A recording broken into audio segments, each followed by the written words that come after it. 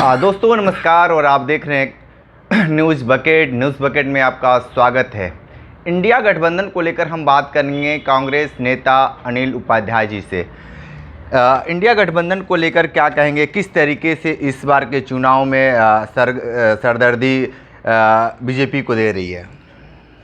देखिए, इस बार का चुनाव जो कांग्रेस के नेतृत्व में और इंडिया गठबंधन के साथ जो हो रहा है, ये निश्चित रूप से आज़ाद भारत के बाद एक ऐतिहासिक चुनाव है। आज़ाद भारत के बाद शायद इस तरीके का चुनाव नहीं हुआ था और आम जनता के मन में इस तरह की भावना आ गई है कि ये चुनाव आज़ादी के बाद एक तरीके से दूसरी आज़ादी का चुनाव है, क्योंकि ये चुनाव केवल न जाति और धर्म का है न संप्रदाय का है। ये चुनाव लोकतंत्र की और व्यक्ति की स्वतंत्रता का चुनाव है। ये चुनाव संविधान को बचाने का चुनाव है, जिस संविधान को हमारे बाबा राव भीमराव अम्बेडकर ये ड्राफ्ट कमेटी के चेयरमैन थे, राजेंद्र प्रसाद जी अध्यक्ष थे, और स्वतंत्रता संग्राम सेनानियों ने तमाम मिल के जो बनाया, उस संविधान को बचाने की जिम्मेदारी आज हम सब पे आ चुकी है। तो जो हमारे जननायक और कांग्रेस के नेता राहुल गांधी बोल रहे हैं, पूरे देश में बोल रहे हैं कि ये लोकतंत्र और संविधान को बचाने का चुनाव है, तो निश्चित रूप से मैं समझता हूँ कि ये चुनाव लोकतंत्र और संविधान को बचाने का। अगर संविधान ही नहीं रहेगा, लोकतंत्र ही नहीं रहेगा, तो कोई मतलब नहीं होता चुनाव का। चुनाव का मतलब ये नहीं है कि कोई एक दल सरकार में आ जाए, बहुमत में आ जाए और जो चाहे वो करे, जनता की आवाज़ को न सुने। सशक्त विपक्ष का भी रहना जरूरी होता है, लेकिन ये जो वर्तमान सरकार थी, खासतौर से नरेंद्र दास मोदी जी की नेतृत्व जो सरकार बनी, इनकी तो मंशा ये है कि विपक्ष को ही ख़त्म कर दिया जाए। इनके नेताओं का, आज ही मैं अखबार पढ़ रहा था हिंदुस्तान, उसमें एक राजनाथ जी का जो गृह मंत्री हैं, उनका गृह मंत्री थे पहले, आज तो रक्षा मंत्री हैं, आज उनका बयान छपा था कि डायनासोर की तरह से विलुप्त हो जाएगा कांग्रेस। मेरा प्रश्न ये है कि राजनाथ जी फिजिक्स के टीचर रहे हैं और रज्जू भैया के अंडर में इन्होंने पढ़ाई किया है इलाहाबाद यूनिवर्सिटी से। वो सामान्य जानकारी उनको होना चाहिए कि अगर डायनासोर कैसे समाप्त हुए थे। पृथ्वी पे जब बड़ा उल्कापात होता है या बड़ा भूकंप आता है, जलजला आता है, या इस तरीके से कोई ऊपर से कोई उल्का गिर गया बहुत बड़ा, तो उससे पूरी सृष्टि नष्ट हो जाती है। तो उस समय डायनासोर, सारे प्रजाति पूरी नष्ट हो गई। तो आप क्या कहना चाहते हैं कि डायनासोर खत्म की तरह ख़त्म हो जाएगा? अरे पूरा, अगर धरती पे अगर कुछ उल्कापात हो जाए, इस तरीके की घटना घट जाए, तो पूरा समाज ही खत्म हो जाएगा। न कांग्रेस पार्टी रहेगी, न भाजपा रहेगी, न सपा रहेगी, कोई पार्टियाँ नहीं रहेगी। तो ये इस तरीके के बकवास करना और पढ़े लिखे होने के बावजूद इस तरह की बात करना, मैं समझता हूँ कि ये अहंकार है इनका, और ये ज़बरदस्ती कुतर्क देना है। ये लोग कुतर्क देते रहते हैं। और मैं कहता हूँ कि लोकतंत्र के लिए हमेशा 2 दल या 3 दल का होना बहुत जरूरी। 2 दल तो हर हालत में होना चाहिए। कांग्रेस अगर है तो भाजपा भी है, सबको, हर पार्टी को रहना चाहिए। लेकिन आपकी मंशा ये है कि सारी पार्टियां ख़त्म हो जाए, चाइना की तरह या रसिया की तरह हम एकाधिकार हमारा कायम हो जाए, हम जो चाहें सो करें, धर्म के नाम पे जनता को अफीम खिलाकर और धर्म के नाम पे लोगों को बेवकूफ़ बनावें। अरे धर्म का मतलब होता है धारण करना। भारत में हर व्यक्ति राम को मानता है, हर व्यक्ति कृष्ण को मानता है, जो भी हिंदू है भारत में रहने वाला है। भारत में हर व्यक्ति जो है धर्म को मानता है, बाबा विश्वनाथ को मानता है, और काशी बाबा विश्वनाथ की नगरी है, हम सब लोग मानते हैं। और पहले भी मैंने चर्चा किया कि हिंदू कोई अलग से जात नहीं है। सिंधु नदी के किनारे रहने वाले हिंदू हुए, इंडस वैली सिविलाइजेशन हुआ, उससे हिंदू की उत्पत्ति हुई।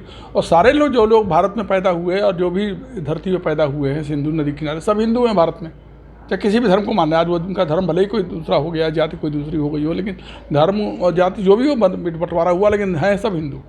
तो कब तक हम ये देश में हिंदू मुसलमान की राजनीति करेंगे? कब तक हम इस देश में सांप्रदायिकता की राजनीति करेंगे? दुनिया बदल चुकी है। ये 13वीं 12वीं 14वीं शताब्दी नहीं है कि हम किस्से सुनाते रहें बाबर के, अकबर के और पुराने ज़माने के। अब जो है दुनिया में विकसित विकासशील देश भारत बन चुका था, फिर विकासशील देश की श्रेणी से पीछे हो गया। आज लोग कह रहे हैं विकासशील देश नहीं है, पीछे। हम रोजगार के मामले में 45 साल में सबसे निचले पायदान पे आज हैं। रोजगार हमारे पास सबसे कम इस समय है भारत में, फिर भी हम कहते हैं कि हम दुनिया के तीसरे सबसे बड़े मुल्क बन जाएंगे। किस तरह से बन जाएंगे आप? लोगों को रोज़गार नहीं मिलेगा, नौकरियां नहीं मिलेंगी, बेरोजगारी दूर नहीं होगी, तो कैसे सब खुशहाली होगी? अच्छे दिन कैसे आ जाएंगे? आपने नारा तो दे दिया कि अच्छे दिन आएंगे, 15-15 लाख खाते में जाएंगे। ये जुमला देकर, बेवकूफ़ बनाकर बहुत दिनों तक लोकतांत्रिक प्रणाली में जनता को बेवकूफ़ नहीं बनाया जा सकता है। मैं समझता हूँ जनता अब जागरूक हो चुकी है और भारत की जनता इंडिया गठबंधन के नेतृत्व में खुद अपनी लड़ाई लड़ रही है। जनता लड़ रही है और जनता ही सत्ता से बाहर करेगी। जो भी ये दल है जो अच्छा, इस बार का जो चुनाव है उस लोगों को समझ में नहीं आ रहा है कि क्या हो रहा है। जो जनता है वो कुछ और बोल रही है, फिर कुछ हर लोगों से अलग अलग अपना मत दे रही है। ऐसा क्यों, क्या दिख रहा है? कुछ नया परिणाम देने वाली जनता है या कुछ नया बदलाव करने वाली है? देखिए, जब कोई सन्नाटा कायम होता है तो निश्चित रूप से कोई बड़ा तूफान की आशंका मानी जाती है। और निश्चित रूप से मैं समझता हूँ कि अंदर करंट है, जनता की भावना बन रही है और जनता ही बदलाव करती है। 10 साल, 15 साल, 20 साल में जनता निश्चित रूप से करवट लेती है। और आप भारत में स्वतंत्रता आंदोलन के बाद आप देखिए, देश जब आज़ाद हुआ उसके बाद से जो चुनाव हुए हैं 15 साल 20 साल में परिवर्तन हमेशा होते रहे। मुझे लगता है इस चुनाव में निश्चित रूप से परिवर्तन होगा। जनता बदलाव का मूड बना चुकी है, वो दिखाई पड़ रहा है। अब ये अलग बात है कि कुछ चैनल्स जो अडानी अंबानी जैसे पूंजीपतियों के हाथ में हैं या भाजपा के नियंत्रण में हैं, उनके प्रभाव क्षेत्र में हैं, उसके माध्यम से चैनल कुछ दिखा रहे हैं जिनको हम गोदी मीडिया भी आजकल कह रहे हैं। हालांकि वो पत्रकारों की मजबूरी है, वो जब चैनल में काम कर रहे हैं मालिकों के दबाव में काम कर रहे हैं, इसलिए उस तरीके कर रहे हैं। तमाम लोगों को धमकी देकर दल में शामिल कराया जा रहा है जो ईडी का और सीबीआई का छापा डलवाया जा रहा है। ईडी सीबीआई भी एक तरफ इंडिया गठबंधन है, ईडी सीबीआई का उसका गठबंधन है, सत्तारूढ़ दल से है। देख के ये अच्छा, इस बार के जो चुनाव में जो इस तरीके से बीजेपी के अभी भी लोग 400 पार वाली बातें लगातार लोगों के दिमाग में डाल रहे हैं, वो 400 पार वाली कहानी कहाँ पर आकर सिमट जाएगी? देखिए, 400 पार तो बोलना मोदी जी ने बंद कर दिया है, अब नहीं बोल रहे हैं। तीसरे चौथे चरण के चुनाव के बाद उनका 400 पार बोलना बंद हो गया, 5वें चरण के बाद तो बोलती बंद हो जाएगी। तो वो तो खाली एक जुमला ही है उनका, 400 पार, उसका कोई मतलब नहीं है। और जनता का जो भक्त होते हैं, जो ज़्यादा विचार नहीं करते हैं, उनको जो पाठ पढ़ा दिया वही पाठ पढ़ा, तो उनके दिमाग में भर दिया गया कि 400 पार, उनको रटा दिया गया कि 400 पार चिल्लाते रहो। तो एक तरीके का पागलपन है। हम कह रहे 400 पार क्या 500 पार कर ले, 543 सीट है, 40-45 छोड़ दे, वो भी सब ले लें, उनको कौन जा रहा है? तो बोलने में क्या जाता है। लेकिन इसका जवाब जनता देगी। भारत की जनता, भले ही लोग समझते हैं कि सीधी सादी या कुल है, लेकिन प्रबुद्ध है और जनता अब जागरूक हो चुकी है। ये 70-75 वर्षों में अनेक चुनाव दिख चुकी है। और लोकतंत्र में कहा जाता है रोटी उलट पलट के सेकी जा तभी नहीं तो जल जाती है। जनता भी अब समझ रही है कि सरकारों को अगर बदलते रहना चाहिए, और लोकतंत्र के लिए यही शुभ संकेत है कि सरकार बराबर बदलना चाहिए। जो सरकार तानाशाही करने लगे, मनमानी करने लगे, तो हो गया। विपक्ष का काम है सत्तारूढ़ दल की कमियों को बताना, और सत्तारूढ़ दल का जनहित में काम करना। आपने जनहित में क्या काम किया वो न बता के आप केवल हिंदू मुसलमान, भारत पाकिस्तान, हमारे यहाँ उत्तर प्रदेश के योगी बाबा बोलते हैं योगी हैं, पता नहीं कहाँ के योगी हैं वो हैं। अब वो बार बार बोलते हैं कि पाकिस्तान में आटा इतना महंगा है, वहाँ आटा नहीं मिल रहा है। अरे आप अपने देश उत्तर प्रदेश की बात करिए।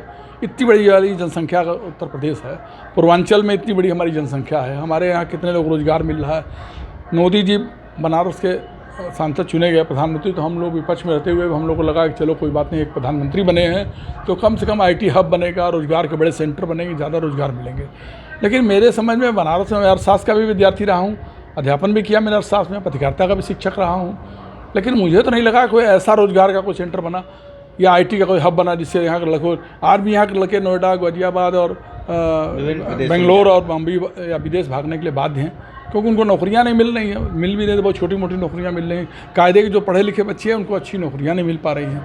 पत्रकारिता में भी हमारे जो छात्र काम कर रहे हैं उनको अच्छी नौकरियाँ नहीं मिली, वो भाग कर दिल्ली जा रहे हैं और कहीं जा रहे हैं। तो आप ऐसा डेवलपमेंट करिए कि यहाँ के लड़के भागे न पलायन रुके, यहीं के रोजगार में। उसके लिए राहुल गांधी बार बार कहते हैं, वो ठीक कहते हैं कि गांधी जी की विचारधारा जो थी कि छोटे छोटे इंडस्ट्री लगाए जाए, छोटे छोटे उद्योग लगाए जाए, विकेंद्रित विकास हो।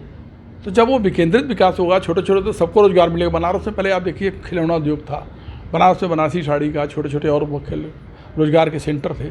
आज वो सब सेंटर ख़त्म हो गए। कारपेट इंडस्ट्रीज हमारा मंदी में चल रही है, चाइना ने कब्जा कर लिया। और जरी का काम जो हमारे यहाँ आता था वो नकली जरी आने लगी सूरत से, कहाँ वो बंद हो गया। मुबारकपुर से साड़ियाँ आती थी, वो भी लगभग साड़ी के व्यापारी बताते हैं बंदे, अगल बगल थोड़े बहुत लोग मगर। तो जो व्यापार हमारी बढ़त थी वो बढ़त कहीं न कहीं रुकी है, और सही माने में रोज़गार नहीं मिल पा रहा। छोटे इंडस्ट्रियाँ डेवलप नहीं हो पा रही हैं। इस छोटे इंडस्ट्री और बड़े इंडस्ट्री का आपस में पूरक के रूप में काम करना चाहिए, दोनों का एक तरीके का तालमेल होना चाहिए। बिल्कुल। और DLW बना उस ज़माने में, संपूर्णानंद जी चीफ मिनिस्टर थे, कमला त्रिपाठी थे, सुधाकर पांडे भी MP थे। उस ज़माने में बना डीजल लोकोमोटिव। लेकिन DLW बनने के बाद जब बना तो उसमें लोग बताते हैं कि 8-8.5 हज़ार तक एम्प्लॉई काम करते थे। आज वो घट के 1,500-2 हज़ार एम्प्लॉई रह गए, 6,000 एम्प्लॉई वहाँ नहीं काम करते, कम हो गए। वहाँ एम्प्लॉयमेंट कम हो रहा है, तो आपने क्या 10 सालों में कोई प्रयास किया? आप DLW में आ गए, हमारे मोदी जी, प्रधानमंत्री जी जो हमारे सांसद हैं, वो आकर DLW गेस्ट हाउस में ठहरते हैं, फलाहार करते हैं, विश्राम करते हैं, आराम करते हैं, लेकिन उन्होंने कभी ये नहीं सोचा कि डीजल लोकोमोटिव जिसको उन्होंने BLW बना दिया, बनारस लोकोमोटिवर्स बना दिया, उसको आपने नाम खाली बदल दिया, लेकिन आपने वहाँ कुछ प्रयास किया कि ज़्यादा लोगों को रोज़गार मिल जाए, कोई और इंडस्ट्री हो जाए। तो इस तरीके का कोई डेवलपमेंट नहीं हो रहा है। इससे मुझे कष्ट है कि ये प्रधानमंत्री से हमें बड़ी उम्मीद थी कि ये आएंगे तो कम से कम IT हब बन जाएगा, हमारे बच्चे जो यहाँ से बाहर से भाग रहे हैं, पलायन कर रहे हैं, वो रुकेंगे, छोटी इंडस्ट्रियाँ बनेंगी। तो विकास का कोई इनका पास खाका नहीं है इन लोग। ठीक है, ठीक है। तो आप सुन रहे थे कांग्रेस नेता अनिल उपाध्याय जी को, बहुत सारी बातें बताए हैं, लेकिन जिस तरीके से इंडिया गठबंधन की जो मजबूती है उस पे इन्होंने प्रकाश डाला है, लेकिन एक जो बयानबाजी राजनाथ सिंह ने दी है उसको भी पलटवार करते हुए बताए हैं कि जो डायनासोर की बातें कर रहे हैं वो बिल्कुल गलत है। विशेष इंटरव्यू कर रहे थे, तो हमारे साथ बने रहे न्यूज़ बकेट के साथ। हमें दीजिए इजाज़त, नमस्कार।